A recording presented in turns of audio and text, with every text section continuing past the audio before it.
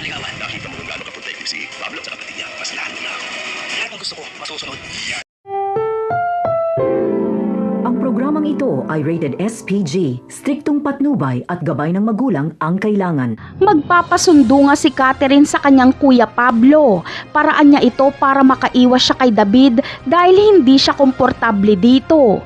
Ngunit noong magpaalam si Catherine kay David ay hinalikan pa ni David ang kamay ni Catherine. Sakto naman ang pagdating nila Pablo kaya nakita pala ito ni Pablo. Sa galit ni Pablo ay nagsuntukan sila ni David. Samantala, dahil alam na ni David na isang kabalyero si Catherine, ay liligawan niya pa rin ito kahit tutol si Pablo. Sinabi niya kay Pablo na wala daw siyang ginusto na hindi niya nakukuha. Pumunta pa nga si Ramon at David sa bahay ng mga kabalyero para mamanhikan.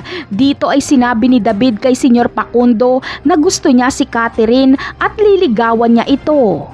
Hindi naman ito magugustuhan ni Senyor Facundo. Ayaw niya sa ugali ng tagapagmana ng mga Montenegro. Sinabihan niya lang si David na kung gaano pinoprotektahan ni Pablo si Catherine ay ganun din siya. Ang ibig sabihin ni Senyor Facundo ay magkakagulo kapag ipinilit ni David ang gusto niya kay Catherine. Samantala, dahil matigas ang ulo ni David ay patuloy niyang liligawan si Catherine. Mapapadalas ang pagpunta niya sa mansyon ng mga kabalyero. Walang kamalay-malay si David na katulong nila Catherine si Tinding.